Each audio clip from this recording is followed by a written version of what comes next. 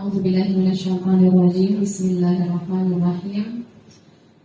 Assalamualaikum warahmatullahi wabarakatuh. Alhamdulillah wassalatu wassalamu ala Rasulillah, amma ba'd. Alhamdulillah, ibu-ibu dan calon ibu yang dirahmati Allah, pada sore hari yang penuh dengan barokah ini, Allah memudahkan kita semua bisa duduk di tempat ini. Tentunya kalau bukan karena rahmat Allah, bukan karena kemudahan dari Allah, tentu tidak seorang pun dari kita bisa duduk dan hadir di sini. Kita dimudahkan oleh Allah untuk sampai ke tempat ini. Mudah-mudahan sebagaimana Allah mudahkan kita berkumpul di sini, Allah mudahkan kita berkumpul di surganya Allah. Amin ya rabbal alamin. Dan mudah-mudahan sebagaimana Allah mudahkan kita hadir ke tempat ini, Allah mudahkan kita untuk melakukan amal soleh yang lainnya. Allah mudahkan kita bisa sholat tepat waktu. Allah mudahkan kita bisa merutinkan qobliyah ba'diyah. Mudah-mudahan Allah mudahkan kita bisa banyak membaca Al-Quran. Mudah-mudahan Allah mudahkan kita bisa banyak zikirnya sama Allah, banyak sholawatnya. Mudah-mudahan Allah mudahkan kita qiyamul lail. Mudah-mudahan Allah mudahkan kita bersedekah. Mudah-mudahan Allah mudahkan kita menjadi ahli Quran. Kita minta kepada Allah, mudah-mudahan sebagaimana Allah mudahkan kita berkumpul di sini, Allah mudahkan ibadah-ibadah dan amal soleh yang lain dalam hidup kita untuk kita lakukan. Amin ya rabbal alamin. Dan kita doakan mudah-mudahan kalau ada yang sakit datang ke tempat ini, pulang Allah sembuhkan. Kalau ada yang datang dalam keadaan gundah gulana, mudah-mudahan pulang Allah bahagiakan. Kalau ada yang datang sini punya hutang, mudah-mudahan pulang Allah lunaskan hutang. Kalau ada yang datang pengen jodoh, mudah-mudahan Allah berikan jodohnya. Kalau ada yang datang pengen punya mantu, punya keturunan, Allah kabulkan hajatnya. Mudah-mudahan Allah kabulkan hajat dunia dan akhirat kita, dan Allah selalu membimbing kita bisa berbaik sangka dengan takdir-takdir Allah. Allah ajarkan kita berbaik sangka bahwa apapun yang datang dari Allah maka semua adalah baik. Amin ya rabbal alamin. Apa kabar ibu-ibu dan calon ibu semuanya? Masya Allah, ini kita masih di bulan Rabiul Awal ya. Ini masih bulan kelahiran Nabi yang Masya Allah, sebenarnya memang kita berusaha gimana di bulan Rabiul Awal ini, di bulan kelahiran Nabi ini, salawat kita itu bukan cuma banyak tapi bau banyak ya. Karena ini bulan kelahiran Nabi, jadi kalau ingat astagfirullah Rabiul Awal, Allahumma sholli ala sayyidina. Habis itu udah berzikir, habis itu kepikiran lain lupa lagi Rabiul Awal, Allahumma sholli ala sayyidina. Karena sebenarnya Rabiul Awal ini adalah ya bulan kelahirannya Nabi gitu ya. Rabiul Awal ini sebelum Nabi lahir di Rabiul Awal itu bukanlah bulan yang istimewa, bulan biasa aja. Beda dong dengan Ramadan ya, dengan Dzulhijjah yang ada kejadian yang luar biasa di dalamnya. Kalau Rabiul Awal ini tidak ada apa-apanya. Rabiul Awal menjadi mulia, menjadi istimewa karena Nabi lahir di bulan Rabiul Awal. Maka segala sesuatu itu kalau menempel kepada Nabi akan menjadi mulia. Amalan kita, ya makanya doa kita kalau dimulai dengan bersolawat kepada Nabi itu tentunya beda dengan kita berdoa tanpa dimulai dengan bersolawat kepada Nabi. Kita ingat aja Rabiul Awal aja yang bukan bulan yang spesial gitu ya, menjadi sangat-sangat spesial. Kenapa? Karena Nabi lahir di bulan Rabiul Awal. Maka kalau kita pengen menjadi spesial di mata Allah, dispesialkan oleh Allah, maka jangan lupa menghadirkan sunnah-sunnah Nabi, menghadirkan Nabi dalam kehidupan kita. Dan salah satu yang diajarkan oleh Nabi adalah kita untuk selalu bersemangat dalam menuntut ilmu. Ya, man arada dunya fa'alaihi bid'ilmi. Orang kalau mau dapat dunia tentunya dengan ilmu. Itu loh GPS. Tahu GPS yang kita share itu. Itu kalau bukan karena kecanggihan ilmu yang diberikan Allah kepada manusia. Tentunya Allah juga ngasih ilmu itu setelah manusianya belajar, dia meneliti, dia mengkaji, dia menganalisa dan sebagainya, membandingkan data dan sebagainya, sampai akhirnya GPS itu bisa ada. Dengan apa? Dengan ilmu. Dulu kita misalkan waktu satu daerah itu kalau nanya tempatnya adalah the power of nanya, gitu ya. Maaf Pak, Jalan Sarintik gimana ya? Wah nanti lurus terus dulu. Sekarang juga ada power of nanya, tapi GPS dulu. Kalau udah mentok baru nanya orang. Ya enggak? Itu kenapa bisa gitu Ustazah? Zaman saya SD enggak ada GPS, zaman saya kuliah S1, S2 juga belum ada GPS. Sekarang aja, jadi Sherlock dong. Mana ada dulu Sherlock kita ya, dari sendiri aja. Itu menunjukkan apa kata Nabi? Man arada dunya fa'alaihi bil ilmi. Orang kalau mau dapat keunggulan dalam kehidupan dunia harus punya ilmu, belajar. Lalu apa kata Nabi? Wa man aradal akhirah fa'alaihi bil ilmi. Dan orang kalau mau menang di akhirat, mau sukses akhiratnya ya juga pakai ilmu. Mana yang boleh, mana nggak boleh, mana yang benar, mana yang salah, mana ibadah yang sah, mana ibadah yang batal. Itu ketahuinya pakai apa Ustazah? Pakai ilmu.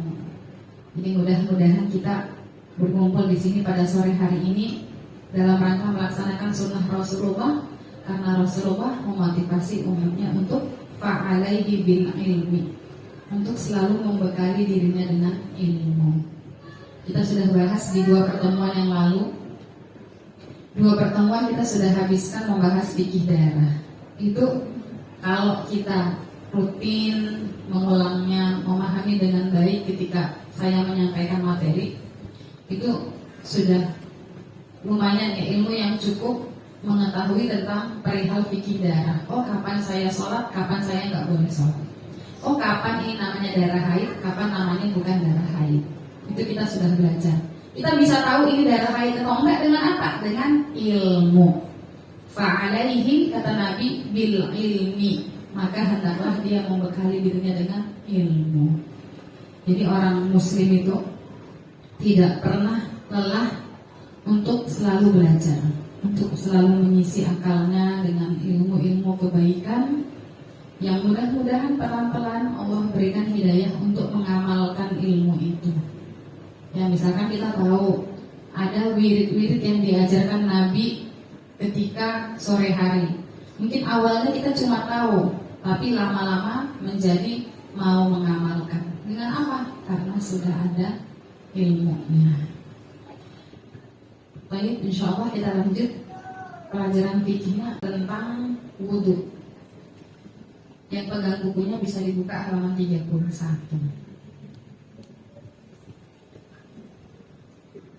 Ya ibu-ibu ya.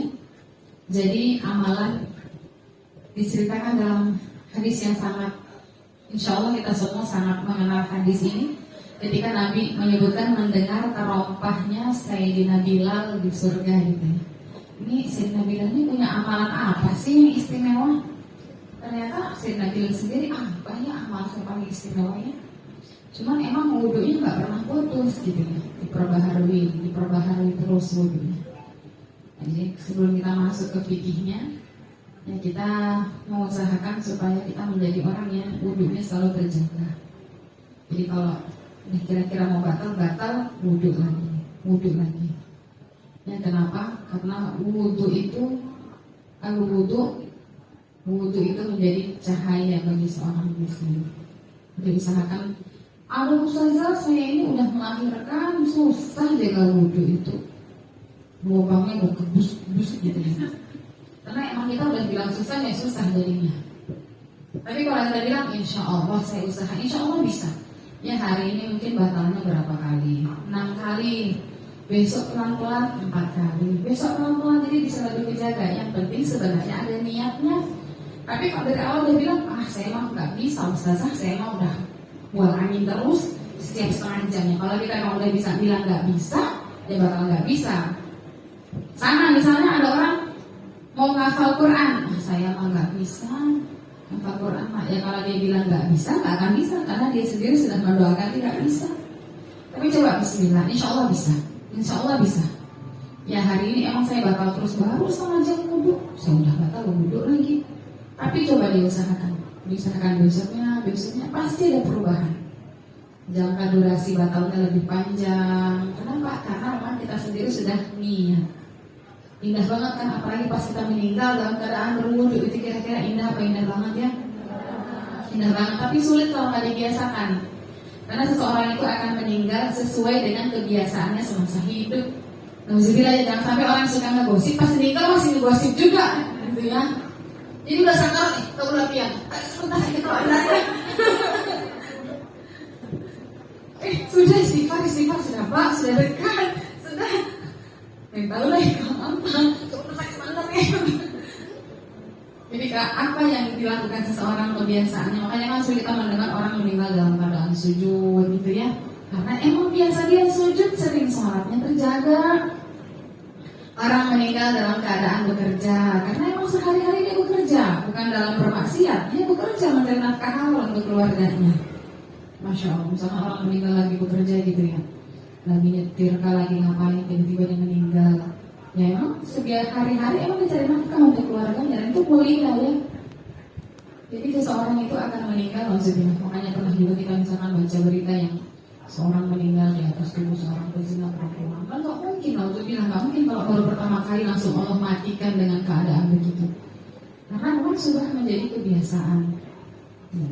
Jadi kalau orang yang dia hadir, biasanya hadir di majelis, meninggalnya di majelis. Ada apa masalah sekarang tuh ya? Jangan sekarang, dengan kita kapan gitu. Ya kan, kita kan dalam kebaikan, terserah Allah, yang penting Allah dalam kebaikan itu aja. Dimana aja terserah Allah, yang penting dalam kebaikan. Kalau nggak lagi sholat dan sujud, pokoknya baik-baik dari Allah. Makanya kita usahakan punya kebiasaan yang baik. Mudah-mudahan Allah ridho dan berkenan mematikan kita dalam keadaan itu. Ya. Pengen meninggal dalam keadaan berwudu gitu. Maka kita biasakan menjaga wudu. Nanti aja ustazah setelah saya melahirkan, sekarang masih gadis, masih lama. Namanya aja mah nggak ada yang lama, nggak pakai tua. Bisa aja yang tua duluan, yang muda belakangan, atau yang muda belakangan yang tua duluan. Ya. Jadi insya Allah kita belajar rukun-rukun wudu. Kita belajar ini saya selalu sampaikan. Saya kalau ngajar fikih itu saya selalu sampaikan, kita kalau belajar fikih, jadi biar nggak nyampur, harus paham mana yang rukun, mana yang sunnah. Jadi tahu mana prioritas, mana yang sifatnya pilihan untuk menyempurnakan yang rukun.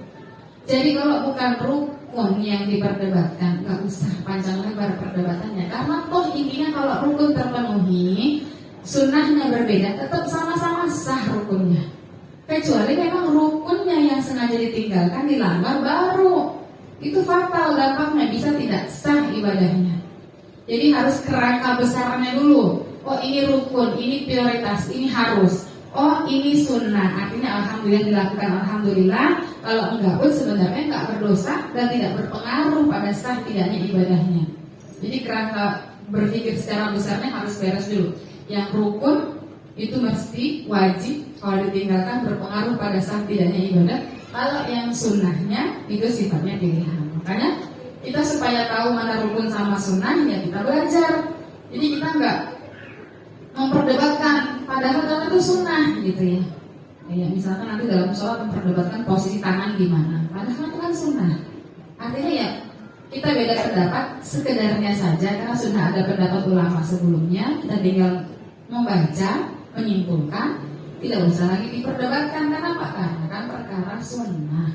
Dia mau sholat tangannya di mana, tetap sholatnya sah. Yang penting rukunnya terpenuhi. Jadi kerangka besarnya harus benar dulu. Rukunnya harus beres, sunnahnya pelan-pelan menyempurnakan yang rukun. Kita masuk ke rukun-rukun wudu, ibu-ibu. Ya, jadi rukun wudu itu ada 6. Jadi sampai mati pun kita ingat rukun wudu ada 6. Kemarin kan viral video yang dibilang ada anak mana tuh yang tanya rukun wudu berapa, bilangnya 11. Sampai ketawa-ketawa yang nanyain. Rukun wudu itu cuma 6. Artinya ada 6 yang harus kita perhatikan menjadi prioritas ketika berwudu. Nggak boleh satu pun ditinggalkan. Harus dikerjakan yang 6. Yang selain dari 6 ini itu pilihan. Dikerjakan monggo, nggak dikerjakan nggak apa-apa. Rukunnya apa Ustazah? Wa furudul wudu'i sittatu asya. Rukunnya wudu, fardunya wudu ada sitah, ada 6. Yang pertama apa? An-niyatu inda ghaslil wajhi. Niat. Jadi ada niat wudu. Niat wudunya kapan Ustazah? Ketika mau membasuh wajahnya. Ya kan kita bisa kan nyalakan keran, cuci tangan, baru kita ketika mengambil air ini kan niat kita. Nah, niat wudunya di sini. Niatnya apa Ustazah? Sengaja aku wudu juga nggak apa-apa. Ini membedakan niat ini wudu atau ngadem. Kan? Karena kan kalau siang kayak gini rasanya pengen minum es terus, pengen minum terus, pengen wajah kena air terus. Jadi ngebedain ini wudu dengan ngadem niatnya. Jadi yang pertama niat ketika mau basuh muka. Niatnya apa? Sengaja aku wudu. Kalau melengkap sengaja aku wudu untuk apalagi rafi hadasil asghar lillahi ta'ala boleh. Sengaja aku wudu lillahi ta'ala boleh. Sengaja aku wudu titik boleh. Yang penting ada niat pernyataan ini loh ya Allah, ini saya wudu ya Allah ya. Nah gitu. Ini bukan ngadem. Kemudian yang kedua, rukun wudu itu ibu-ibu membasuh wajah. Wajah itu batasannya mana Ustazah? Ini perlu ya, wajah itu batasannya, jadi membasuh wajah atau membasuh muka. Muka itu batasannya mana Ustazah? Muka itu kalau di atas dari tempat pangkal tumbuh rambut yang di sini. Itu pangkal di atasnya. Kalau ke samping kiri kanannya dari pangkal kanan telinga yang kecil ini, dari kirinya juga begitu sampai ke dagu bagian bawah sini.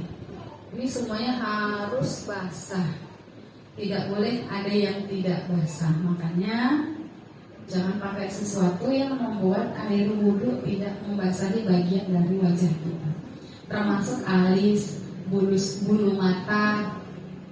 Kalau ada yang punya, ada kan orang yang mungkin karena rambutnya tebal, setelah telinga itu masih ada rambut gitu kan.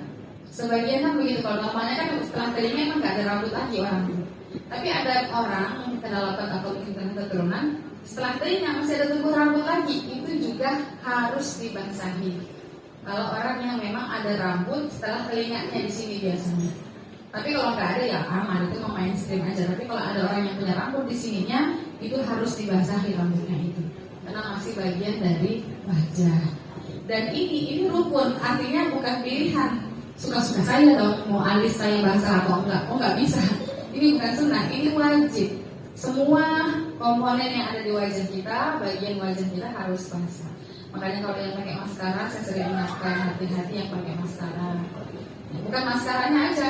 Sekarang kalau dibuka maskaranya, jangan sampai masih ada zat-zat hitamnya yang menempel di bulu mata sehingga menghalangi air membasahi bulu mata kita. Apalagi kalau pakai bulu mata palsu, pasti kan ada lem yang ditempelkan kan di alis kita atau di di kelopak ini sedikit. Itu harus basah yang bagian yang ditempel dengan plastik. Jadi nggak mungkin bisa orang berwudu pakai bulu mata palsu. Itu gimana caranya? Ya, karena akan ada bagian yang tidak dia basahi. Di tempat ditempelkan yang belum, walaupun cuma sebaris benang, nggak boleh. Harus semuanya basah. Apalagi yang tanam permanen itu ada. Nah itu tempat dia nusuk itu kan harusnya basah.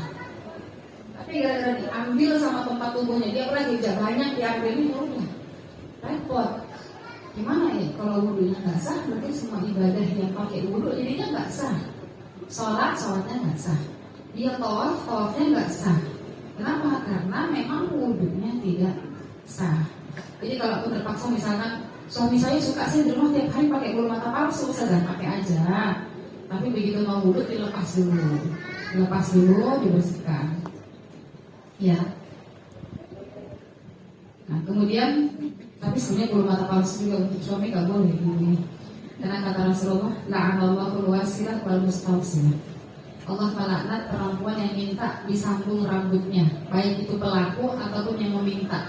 Jadi semua yang namanya rambut yang berambut pada perempuan itu nggak boleh disambung, termasuk bulu mata rambut kita pakai wig palsu itu nggak boleh. Dan bahasa hadisnya Nabi, la'anallahul wasilah. Ya, jadi masih lebih ini bahasanya dengan menyambung rambut. Kalau cukur alis itu ulama masih beda pendapat.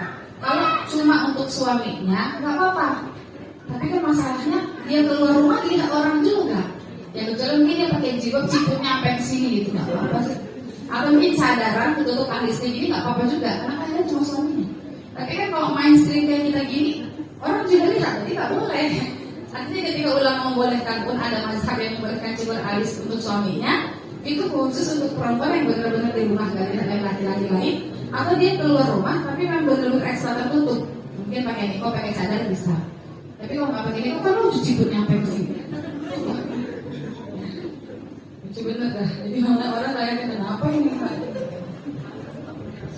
Nah jadi la'anallahu wasilah wal mustawsilah. Jadi sebenarnya pakai bulu mata kamus itu nggak boleh ibu-ibu ya. Karena selama kita pakai itu adalah laknatnya Allah. Maksudnya kita mati dalam keadaan itu, dan kita mati dalam keadaan Allah marah sama kita. Bentar doang kok ustazah, emang yakin azabnya nggak bentar lagi gitu ya? Di perjalanan emang yakin kita bakal pulang lagi dalam keadaan masih sempat minta ampun sama Allah. Artinya ya ini hadis Rasulullah bukan dari saya. Dalam fikihnya dulu waktu saya di Azhar ada fikih khusus masalah kecantikan itu dalam nama mata kuliahnya Qadaya Fiqhiyah Mu'asirah. Jadi permasalahan fikih kontemporer, termasuk itu kayak yang bulu mata palsu gitu-gitu ya. Itu semua dibahas dan memang ya ulama mengatakan tidak boleh. Terlepas dari wudunya tidak sah, yang memang dia sendiri melakukan itu sendiri memang sudah ada larangannya dalam agama kita.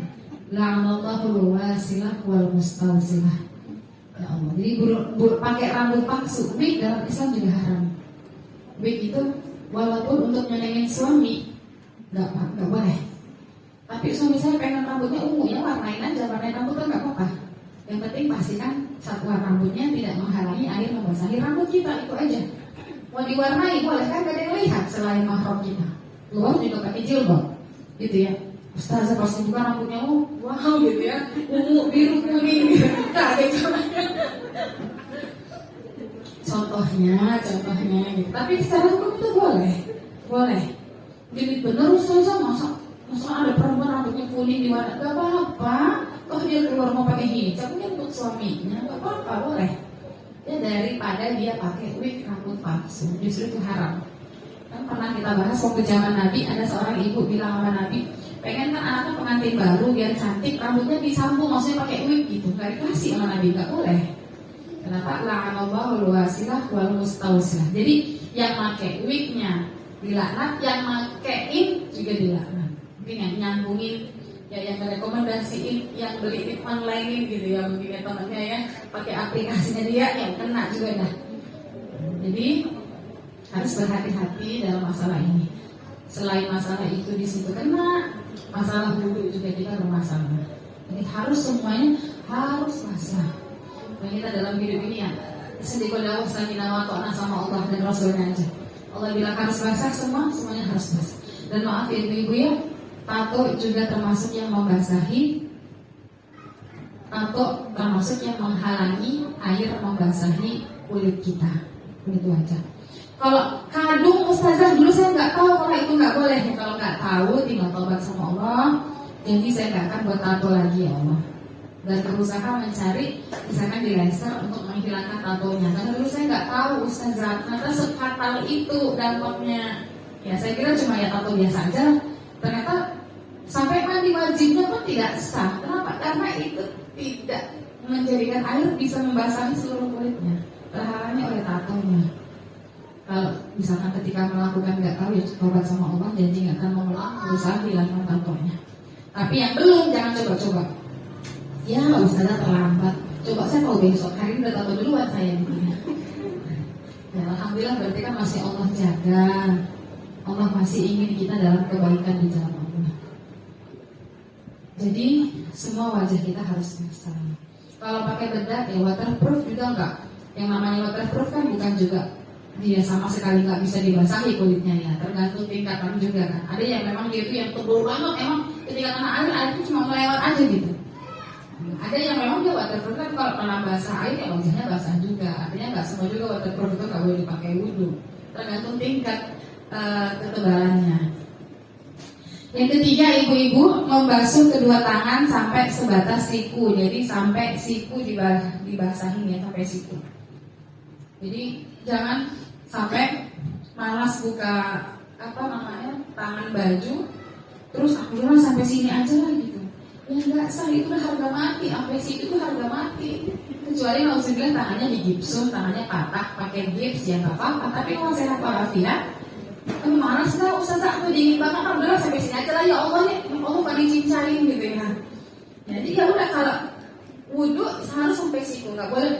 Udah ya Allah sekali-sekali di sini kenapa sih? Nggak boleh, nggak bisa. Kalau udah nggak sampai siku ya sampai siku. Ya. Wa ayyakum ilal marafiq, itu kan ayatnya ya.